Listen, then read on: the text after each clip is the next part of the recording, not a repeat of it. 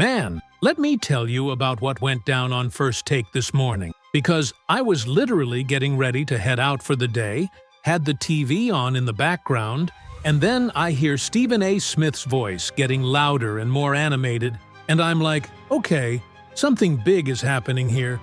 Let me actually pay attention to this. So I stop what I'm doing, turn around, and there's Stephen A. standing at the desk with this look on his face like he's about to drop some information that's going to blow everyone's mind. Molly Karim is sitting there with Mad Dog Russo, and you can tell from the energy in the studio that they're about to discuss something that nobody saw coming. The graphics on the screen say something about the 49ers and quarterback situations, and I'm thinking, okay, are they talking about Brock Purdy's contract situation or what? But then Stephen A. opens his mouth and completely catches me off guard. Hey, what's up everyone? Real quick before we get into everything. That like button is literally what determines if this reaches hundreds or thousands of fans. Takes 1 second, but makes a huge impact on the channel's growth. Just smash that like button right now. It's the easiest thing you can do, but honestly, the biggest way to support this content. Every single like pushes this further, so hit it now. He starts talking about how the NFL landscape is constantly changing, how teams are always looking ahead and trying to position themselves for sustained success, and how sometimes the best moves are the ones that seem counterintuitive at first. He's doing that thing where he's building up to something big, and Mad Dog is sitting there nodding along, but you can tell he doesn't know where Stephen A. is going with this yet. Then Stephen A. drops the bomb. He says, according to sources he's been talking to around the league, the San Francisco 49ers have had internal discussions about potentially exploring a trade for Anthony Richardson, the young quarterback from the Indianapolis Colts, who's had such an up-and-down start to his NFL career. I literally freeze when I hear this. Anthony Richardson to the 49ers? That makes absolutely no sense on the surface, because the 49ers have Brock Purdy, who just took them to the Super Bowl last year, who's been incredibly efficient in Kyle Shanahan's system, and who the team seems completely committed to. But then Stephen A. starts explaining the logic behind why this could make sense, and I've got to admit, the more he talked, the more I'm like, okay, I can actually see the reasoning here, even if it seems wild at first. Stephen A. says the key to understanding this potential move is thinking about it from a long-term perspective rather than a short-term one. He explains that Brock Purdy is going to be due for a massive contract extension very soon, and there's a legitimate question about whether the 49ers want to commit that kind of money to a quarterback who, while very good, might not be elite enough to carry a team when the roster around him inevitably gets worse due to salary cap constraints. Stephen A. says the 49ers front office is smart enough to know that their current window is closing. Guys like Trent Williams are getting older, Deebo Samuel isn't getting any younger, and at some point they're going to have to rebuild or retool, and having a young quarterback on a rookie contract who has elite physical tools could be exactly what they need to bridge that gap. Mad Dog interrupts at this point, and he's like, hold on, Stephen A. Are you seriously telling me the 49ers would give up on Brock Purdy, who's proven he can win in their system, for Anthony Richardson, who couldn't even beat out Joe Flacco in Indianapolis? Mad Dog's got this skeptical look on his face, like he thinks Stephen A. has lost his mind, and honestly, I'm kind of with Mad Dog on this initial reaction, but Stephen A. doesn't back down. He says, no, he's not saying the 49ers would give up on Purdy immediately. What he's saying is they would bring in Richardson as a long-term project, someone who can sit and learn behind Purdy for a year or two, absorb Kyle Shanahan's offensive system, work on his consistency and decision-making, and then potentially take over when Purdy's contract becomes too expensive, or when the team needs to go in a different direction. Molly asks the obvious question that everyone watching is probably thinking, which is why would Anthony Richardson even be available? Stephen A. explains that the situation in Indianapolis has been a complete disaster.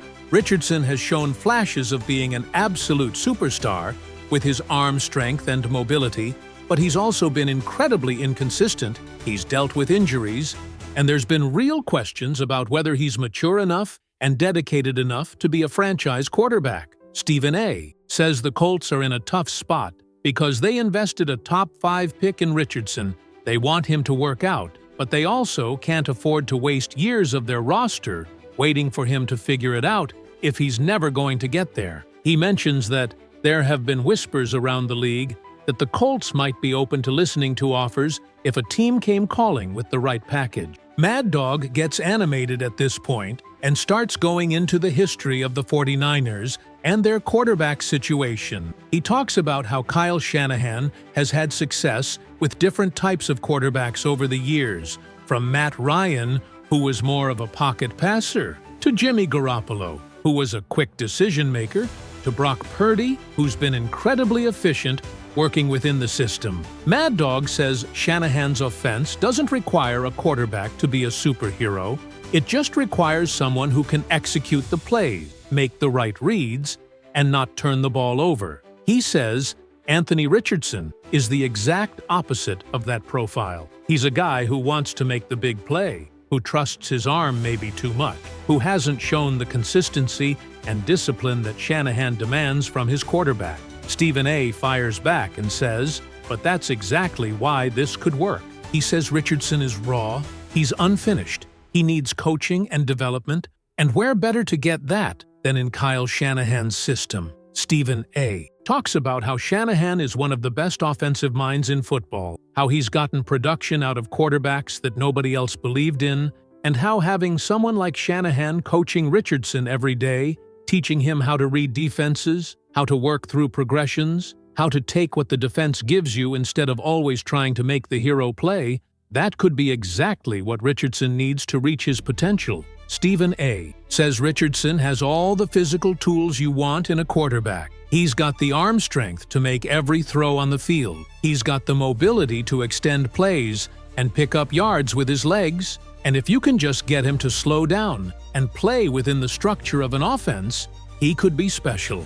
The conversation shifts to talking about what a potential trade would look like. And this is where things get really interesting from a logistical standpoint. Mad Dog says the Colts probably aren't going to just give Richardson away for nothing, even if they're frustrated with how things have gone so far. He says Richardson was a top 5 pick just a couple years ago.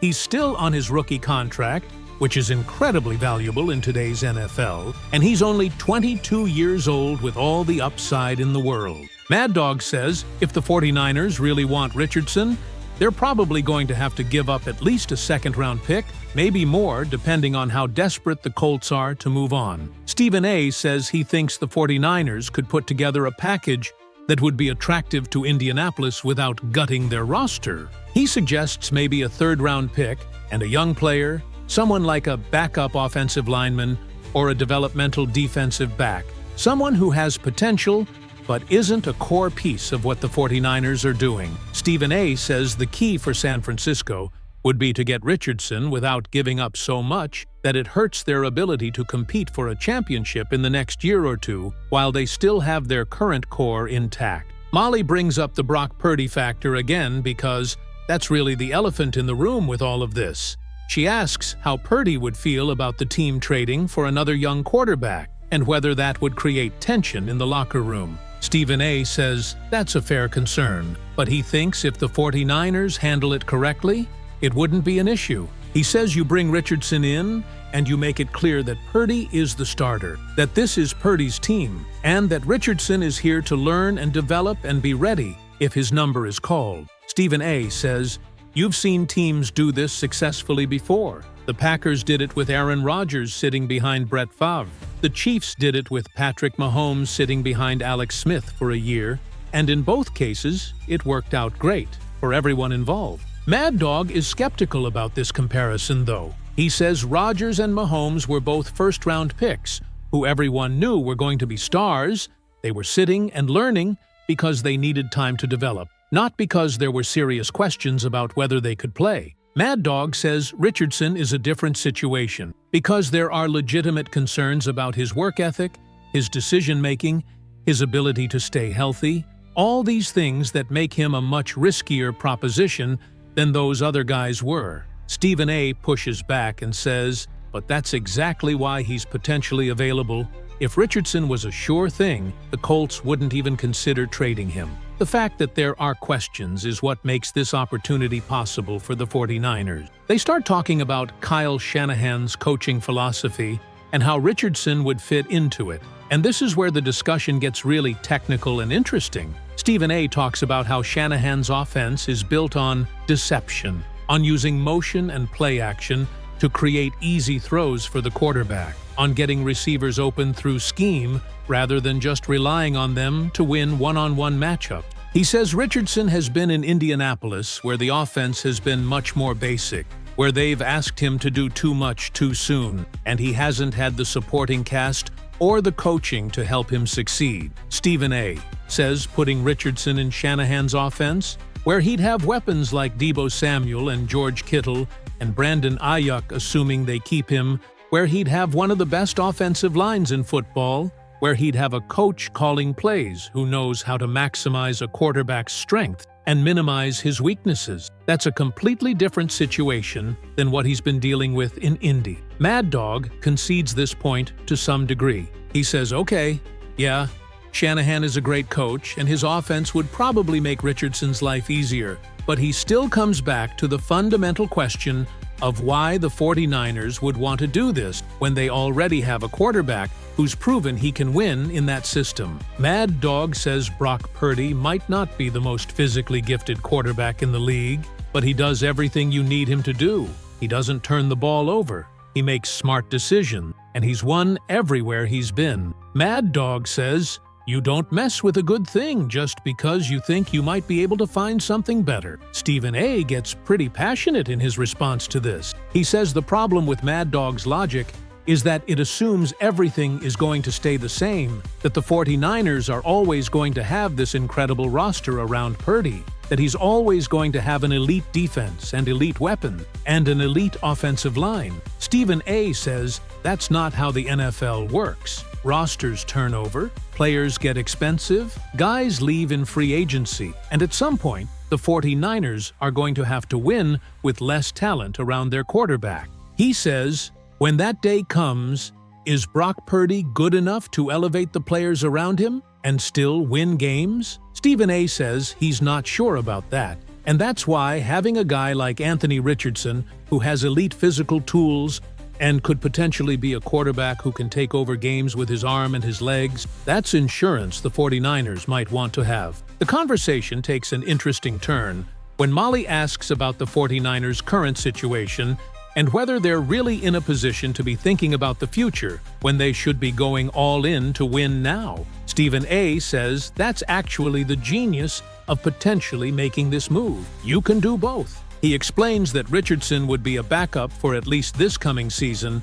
He wouldn't be taking away from what the 49ers are trying to accomplish with their current roster, but he'd be there learning and developing and getting ready for when the team needs him. Stephen A. says the 49ers have been one of the best teams in the NFC for years now. They've made multiple NFC championship games. They made the Super Bowl, but they haven't been able to get over the hump and win it all. He says maybe part of the reason is that they don't have a quarterback who can make the plays in the biggest moments, and Richardson could potentially be that guy down the line. Mad Dog brings up the injury concerns with Richardson, and this is definitely something that can't be ignored. He talks about how Richardson has missed significant time in both of his first two NFL seasons, how he's taken a lot of big hits because of his style of play, and how there are real questions about whether his body can hold up to the rigors of playing quarterback in the NFL. Mad Dog says the 49ers have enough injury concerns already, without adding another player who seems to get hurt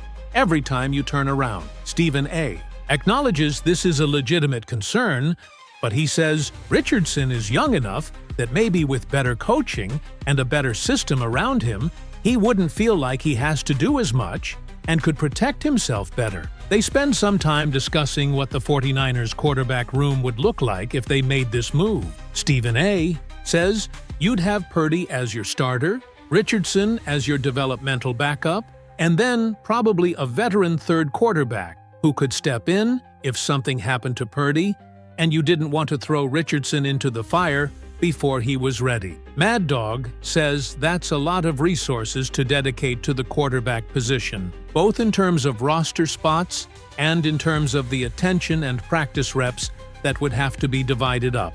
He says most teams have two quarterbacks they really care about, and then maybe a third guy who's just there for emergencies. But if you're bringing in Richardson with the idea that he's a future starter, you're going to have to invest real time and energy into his development. Stephen A. makes an interesting point about the business side of this potential move. He says the 49ers are going to have to make some tough decisions in the near future about which players they can afford to keep and which ones they're going to have to let go. He specifically mentions that Brock Purdy is going to want a massive contract extension, probably something in the neighborhood of $50 to $60 million per year, based on the current market for quarterbacks. Stephen A. says that's a huge chunk of the salary cap, and it limits what you can do with the rest of your roster. If you have a guy like Anthony Richardson on a cheap rookie contract, even if he's not starting right away, that gives you financial flexibility to keep other key players and maintain a more balanced roster. Mad Dog challenges this logic by saying, but what if Richardson never develops into a starting caliber quarterback? Then you've wasted resources acquiring him, you've wasted time trying to develop him, and you've potentially created tension with your starting quarterback